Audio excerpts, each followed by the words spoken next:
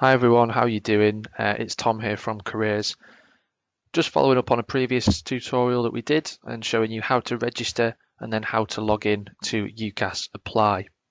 As you can remember, this is the front page that you will come to and you will be asked to verify your email address. Now, I've already done this, which is why the message is not showing below, but the sort of email that I would expect you to receive is something that looks like this. As you can see, it's titled inquiries@ucas.ac.uk and it's sending you your email verification code. My suggestion is that you copy and paste this verification code here and then you pop it into the box that will appear once you click on that verification link below. Now, once you've done this, your page will look pretty much identical to this. And I would suggest again that you take note of that personal ID number there. So without further ado, we're going to crack on and move into the first section of UCAS Apply. This is the personal details section. What you'll notice about all of these sections is that they each come with a small tutorial video on how to complete that section appropriately. It's really simple, it's really straightforward, but sometimes some of the questions will confuse you somewhat. As you can see at the top here, some of the key messages to take away. Compulsory fields are marked with a red asterisk. If you see a red asterisk next to one of the questions, this means that this must be completed. As we scroll down, you'll see what we mean. So there you'll see that there is a red asterisk for each of these questions and that we have subsequently had to complete those sections.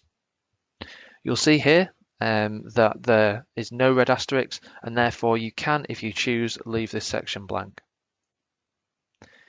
Moving down, you'll see that there is a postal address section. For the sake of this, I've just put the college, but for you as a student, you must put your home address.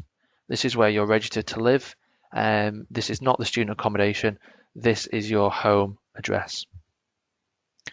You'll then follow the step-by-step instructions and just complete the application form as best you can, making sure that all the information is accurate and making sure that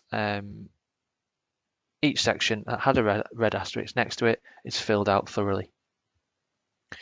As you can see here, I've just popped in a random date of birth, and then below you'll see that there are a couple more sections that is asking me to complete.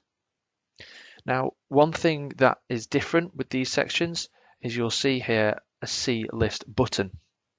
Now, my advice is to use this section wherever possible, as it will outline the options for the content going into this box here. So, on this section here is asking for my country of birth, and for the sake of this, I'm just going to pop in the United Kingdom. Scrolling down again, nationality will pop in UK national. Again, just go through this process, select the option that is most applicable to you, and make sure that we are filling those sections out thoroughly and accurately. You'll then come to this section here, which is the reference number section. As you can see, there are no red asterisks, so you do not need to fill these out. If you're a UK student and you're applying from within the UK, you will not need your passport details. However, if you are an international student, you will need to populate this information. Okay. As you can see, you can't yet click on this, but if you scroll back up, if you are from outside of the UK and you're selecting your country of birth or your area of permanent residence, it will then open up this section for you. If you're from the UK, however, you will not need to worry about this. That is only for students applying from outside of the UK. You'll then scroll down and get to this section here. The student support section can confuse some people, but it's really, really straightforward. As you'll see, this code here, the fee code, does require an answer, so you can select it from the options in the box. For those of you using Student Finance England to pay for university, you will need to select option 2.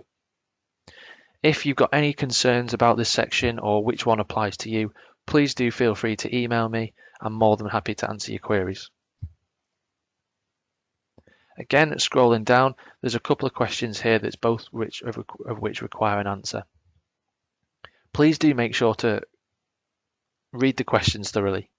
I think one of the big things that confuses people is when they've not quite read the questions as thoroughly as they should have done. So make sure you spend the time, read through the question and answer it appropriately. So for the sake of this, I'm just going to tick both questions as no. What you'll then come to is the nominated access section. Now again, you've probably spotted that it's not a compulsory section to complete. Okay. However, what this basically means is that you can choose to enter the details of somebody who is happy to discuss your application on your behalf. So this would tend to be a parent, a carer, or a guardian. So for the sake of this, I am going to fill this out just to give you an example of what you might want to enter. Once you've completed that, you'll come on to the last part of the section below, which is the disability and special needs section. Again, you'll see that there is a See List button here in the category. I would select that and select one of the options that applies to yourself. For some people, you will want to select the No Disability option, but for others, you will want to look through this list and pick the one that is applicable to yourself. What you can then do is if you select one, it will give you a general idea about what the needs are of you as the student. But my suggestion would be this does not incorporate every single medical condition or specific need out there. So I would make that a specific and give the detail of that in the box below. Once you're happy with that, I would then tick the section completed button at the bottom of the screen, save that, and you'll there notice that there is a completed tick box in that section. So we're now done and happy with that section there. Again, before you do tick the completed button, just make sure that you scroll back through, make sure all the information is correct, and if you've got any questions, please feel free to find me an email. I will do a small tutorial on the next section, so hopefully that's been useful. And as I said, if you've got any questions, drop me an email.